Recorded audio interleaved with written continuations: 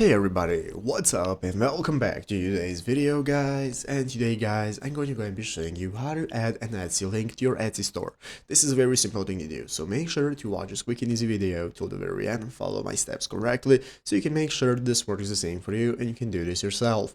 But yeah guys, let's get straight into it. So first things first, we're going to go and be opening up the official main page right here at Etsy.com. So if you have not already opened up the main website right here at Etsy.com, so once you're opening up, you can now get started. You're going to go and be greeted by the main page right here, where in the upper right corner we can get started. So what we want to do first is log into our Etsy account. If you do not already have an account, what you can do is just go ahead and create one, and if you have one, you can just log in normally. So after logging in normally, you'll be greeted by the home page right here. So after logging in, now we can go and take a look at all the products we can buy. We can take a look at the option to manage our store with the shop manager and so on. So let's go and take a look at how we can go ahead and input links into your Etsy store. Basically guys, if you want to link people to your Etsy store so that you can copy your link that you can send to people, or you can put it somewhere in your social media so they can be taken to your store, what you want to do is either open up your store by clicking shop manager right here, or open up your account. You can open up your account depending whichever option you want, but if you open up your store or account, it's the same. Here at the top of the screen you're going to have the URL bar. So this is the URL bar that you can use for copying links that are going to take people directly to your Etsy store. So what you can do